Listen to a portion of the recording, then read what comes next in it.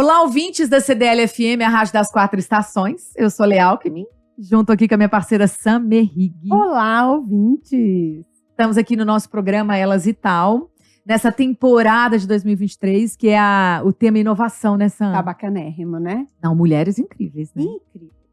Isso aí. E quem tá com a gente hoje, gente, é uma mulher muito especial, que eu tenho grande admiração, que é a Janaína Bering. Seja bem-vinda, minha querida. Muito obrigada, Lê. Muito obrigada, Sam. Prazer enorme estar aqui com vocês hoje. Eu vou contar um pouquinho sobre quem é esta grande mulher. Estamos no mês da mulher, então, olha que coisa incrível isso. E honra, né? Uma grande mulher Uma nesse grande mês mulher, um grande especial. currículo, uma pessoa muito especial para estar aqui com a gente, abrindo esse mês. Exatamente. Gente, Janaína Bering é engenheira, com mestrado em ciência e tecnologia, especialista em estatística aplicada a processos, está aí fortemente atuante no ecossistema de inovação, de tecnologia, de empreendedorismo há 20 anos. Então, ela conseguiu, gente, criar, né, montar uma grande rede de parceiros, de agentes públicos, de conexões, né, que vai desde governo, de empresas, de institutos de tecnologia. Janaína também, gente, por meio da inovação, de muito trabalho, ela já conseguiu captar aí, olha, eu vou contar isso para você, hein? Não. O que ela já conseguiu captar? Me conta. Mais de 2 bilhões para projetos inovadores. Gente. Mais de 1.000 startups que ela já mentorou. Mais de 100 empresas de grande porte que ela já atendeu no tema inovação. Você conseguiu entender isso?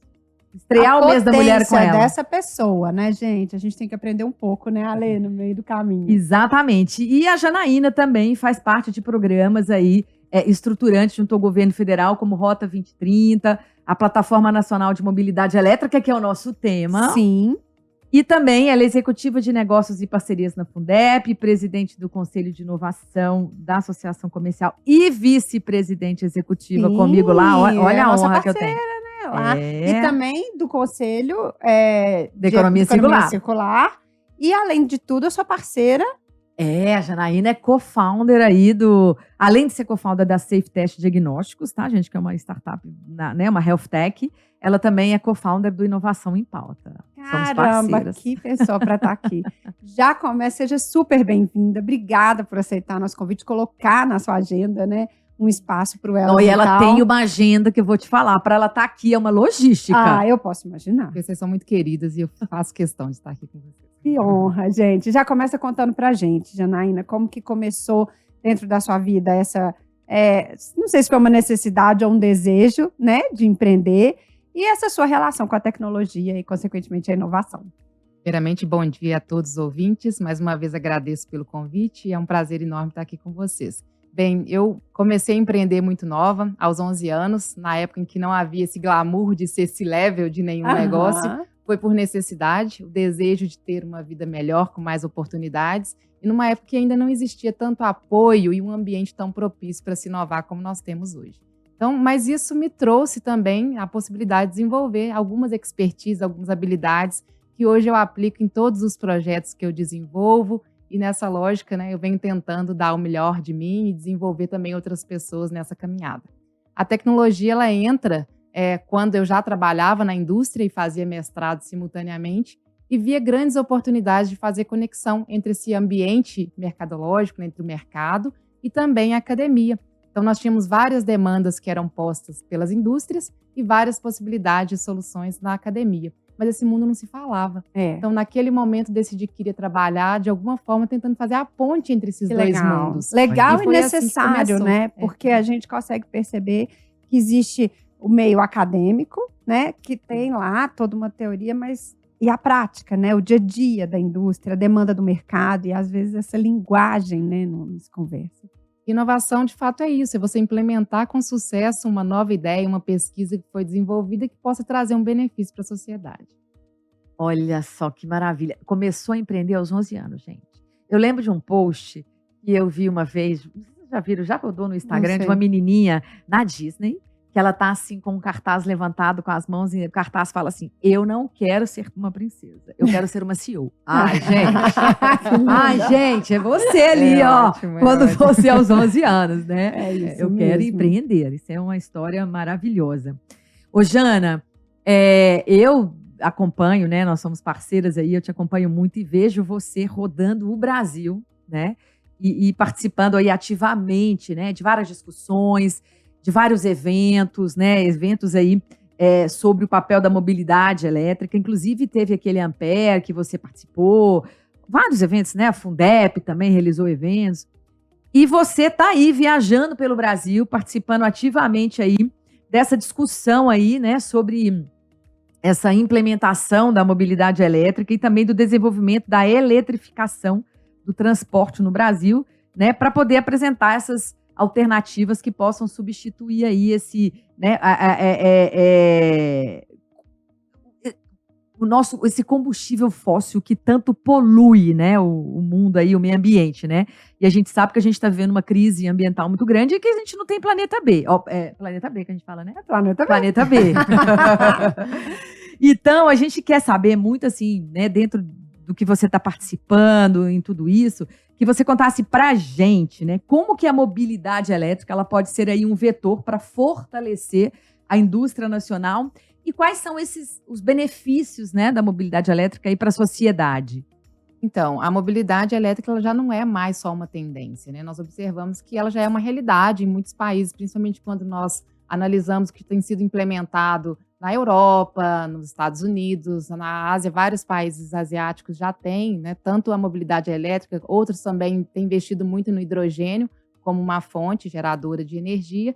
Então, já não é mais uma tendência, é uma realidade que nós precisamos nos manifestar em relação ao que será feito aqui no Brasil. Senão, nós seremos importadores de tecnologia muito em breve, se a gente não tiver uma estratégia nacional.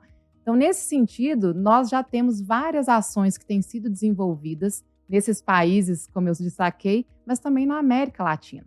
Então, alguns países como Chile, Colômbia, República Dominicana, já têm um plano nacional de mobilidade elétrica, onde estão investindo em capacitação, formação profissional, desenvolvimento de infraestrutura, legislação que obrigue o cumprimento de metas. Então, é importante que nós tenhamos aqui no Brasil uma estratégia para que a gente possa se desenvolver nesse sentido. E tem vários benefícios que a eletrificação pode trazer. Desde benefício para o meio ambiente, então a gente observa que nós temos menos ruídos, menos poluição, menos impacto de uma forma geral à saúde e que, com isso, a qualidade de vida da sociedade ela é melhorada.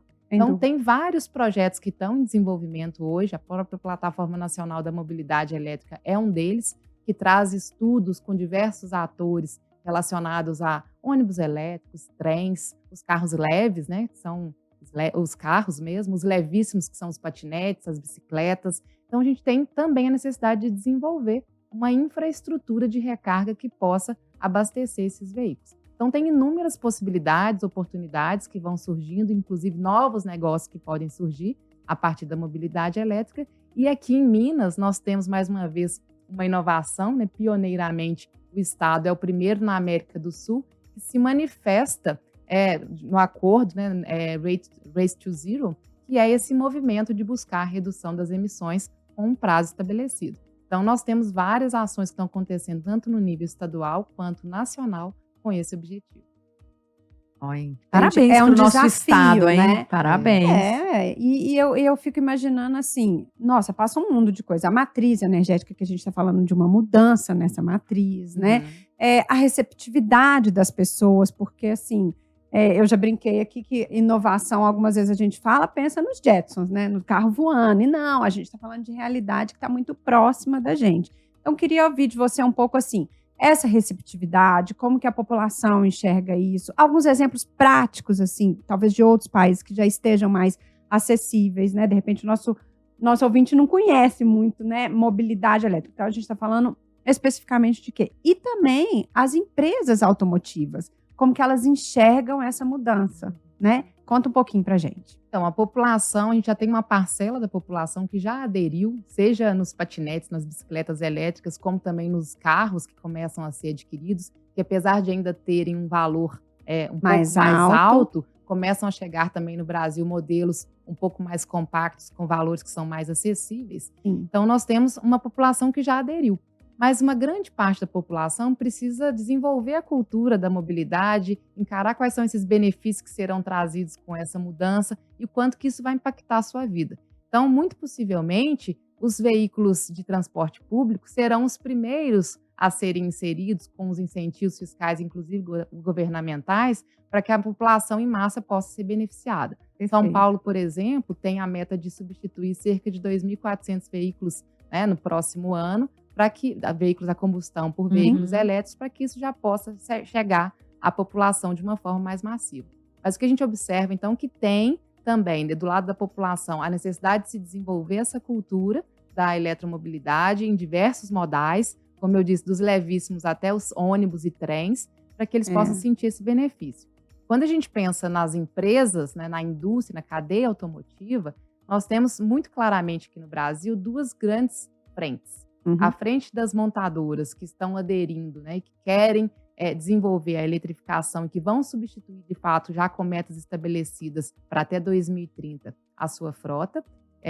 Mas temos também aquelas empresas montadoras que vão priorizar a hibridização. E no caso da hibridização, que é você ter um veículo que é elétrico e também movido a um combustível, a tendência é que nós tenhamos o desenvolvimento de tecnologias mais fortes ligadas aos biocombustíveis. O etanol, que já tem, né, grandes investimentos que foram realizados no Brasil. Então, como você disse muito bem, nós temos aqui no país uma matriz energética que tem suas peculiaridades, é uma matriz que tem ainda muito tempo a ser explorada, mas nós não podemos pensar só nisso. Temos que pensar na sustentabilidade do nosso planeta e como que nós podemos, de alguma forma, impactar isso. Então, nesses dois movimentos, a gente tem toda uma cadeia de sistemistas, que são os fornecedores de peças, que também estão se adaptando a esse processo. E quando a gente fala, eu falo assim, né? Eu falo, o Brasil são muitos países dentro do Brasil, né? Se você for comparar alguns países lá fora que estão, obviamente, super avançados aí.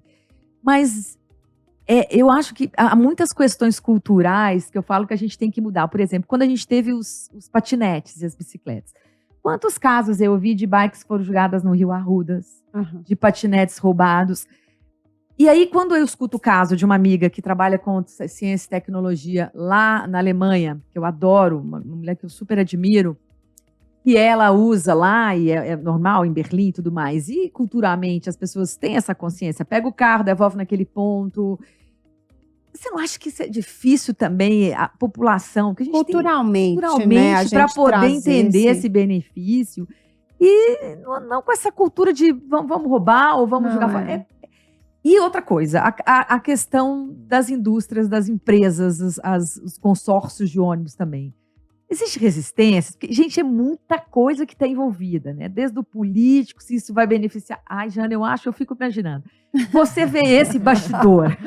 Sim. Vamos abrir o coração. Um negócio assim, lá, né? O cerne do problema. Né? Bem, eu tenho dedicado os últimos 4 anos a esse tema. São inúmeros eventos, discussões, workshops. Então, realmente dá pano para manga, né? De todos esses pontos. Desde o desenvolvimento da cultura da população, para que ela perceba que ela é beneficiária, que se ela danifica, se ela joga fora esse produto, ela mesma vai perder. Educação. Aonde que a gente fala muito, educação, né? Assim, da economia circular, né? A gente tem vários exemplos. A gente precisa educar as pessoas para o consumo, né? Dentro de um conceito da economia circular. Então, uma primeira coisa. Educação. Né? Educação. É o básico. Base. Exatamente. Isso em qualquer coisa. Nós temos bibliotecas públicas, né? Antes mesmo de tecnologias e inovações mais disruptivas, nós temos vários espaços públicos que ainda são danificados. Então, a população precisa perceber o que isso gera, inclusive, em aumento de impostos e custos, né? Então, o famoso custo do Brasil está muito relacionado a vários aspectos, inclusive quanto que nós utilizamos bem ou mal a nossa estrutura que nós temos. Perfeito. Mas do lado das indústrias, o que a gente observa é que realmente tem algumas indústrias que já investiram bilhões para ter hoje as suas estruturas próprias e que vão ter que se transformar. Só que para que essa transformação aconteça, essa transição energética aconteça da forma mais sustentável possível, é preciso começar hoje. Então, nós temos que investir na qualificação da mão de obra, dos profissionais que vão trabalhar com esses novos equipamentos, né? A capacitação, nessa mudança da infraestrutura que ela é necessária, independente de qualquer visão de futuro, né, desses movimentos que estão surgindo. Algumas mudanças precisaram acontecer. Os pontos de abastecimento nas estradas, né? Eu comprar um carro elétrico e aí nós estamos falando de autonomia, né? O quanto que e a gente tem essa questão de achar que as coisas são mais lentas aqui. Gente, eu amo o meu país, o meu Brasil, viu, gente? Mas a gente sabe. E aí, lá fora, isso também começou há muito tempo atrás, como é que foi isso lá fora? Já há pelo menos 15 anos, né? Já tem uma estratégia de cada um desses países que teve uma visão de que essa eletrificação ou mesmo a descarbonização era necessária. Então, cada um dos países em tempos diferentes. Mas o importante é que esses que se desenvolveram com maior velocidade estruturaram um plano nacional. Então, é preciso um planejamento. Alemanha, a própria Holanda, né? Então, você tem vários países, a China, Estados Unidos, que se destacam. Mas eles partiram de um plano. Então, nós aqui no Brasil ainda não temos um grande plano da mobilidade elétrica, mas temos várias iniciativas isoladas, que estão relacionadas à descarbonização. Então, agora existe todo um pleito, uma frente parlamentar que está sendo constituída em Brasília para que possamos pensar na mobilidade sustentável. Como eu disse, são duas frentes e em função da nossa matriz energética, não podemos pensar só na mobilidade elétrica. Quais são as nossas forças que nós temos aqui que a gente tem que aproveitar? Então, é esse movimento que está acontecendo. Maravilha, maravilha. Que aula! Aula, não, eu tô aqui assim, né? Eu já sabia, tá, gente? Vou contar para vocês, porque eu conheço esta mulher. Então, estreando o Mês da Mulher com Janaína Bering, meu Deus. É muito aprendizado. E dentro, assim, deixa a gente... eu vou fazer um parênteses, porque a gente tem uma pauta. E eu sempre... Sabe, assim, distorço, né? E ela distorce e eu olho o tempo. Então, assim, tem que ir com calma. Mas porque eu não resisto, né? Ainda mais um tema desse.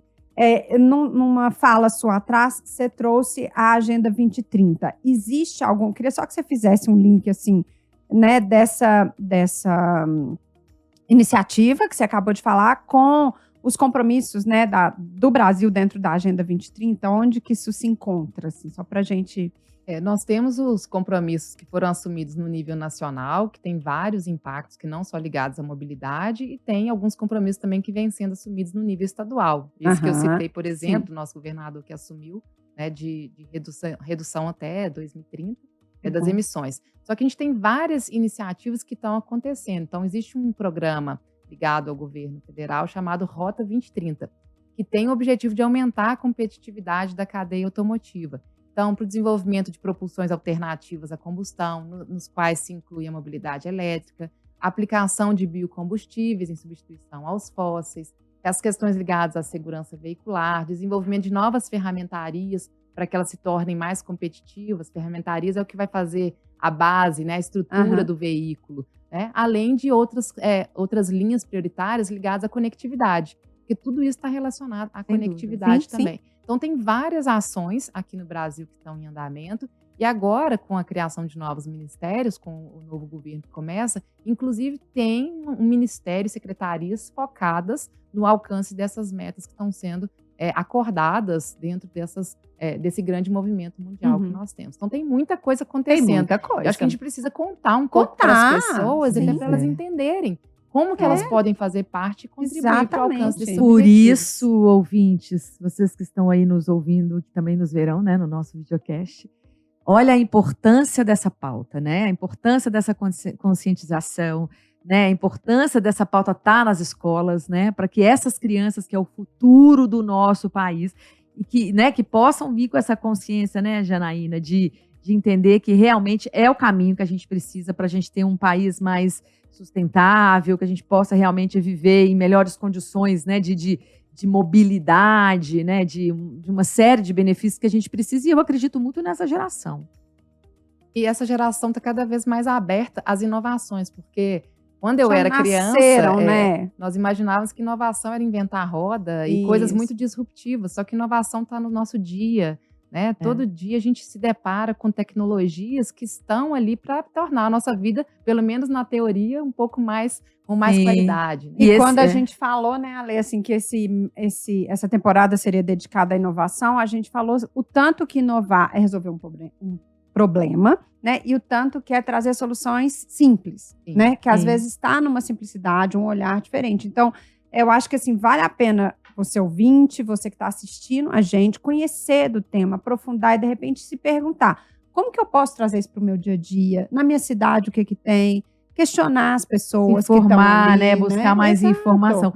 E olha, muita oportunidade aí para essa nova geração, né, Jana, de possibilidade de criarem soluções, de startups, esses empreendedores virem sem com ideias dúvida. incríveis. Eu acho que está aberto para muitas Sim. coisas, né, virem aí de soluções. A própria mobilidade, ela vai trazer o desenvolvimento de novos modelos de negócio. Então, você Imagino. citou a questão do carregamento, ainda é preciso, inclusive, instituir legislação que possa ser aplicada a como que esse produto, né, porque a energia é um produto, Sim. ele passa a ser vendido como um serviço em momento que é feita uma recarga. Uhum. O desenvolvimento de novos aplicativos, onde você faz a gestão de vários modais. Então, eu vou trabalhar, então, no primeiro trecho, eu vou de ônibus, depois eu pego um veículo, uma bicicleta ou um patinete para poder chegar no meu trabalho.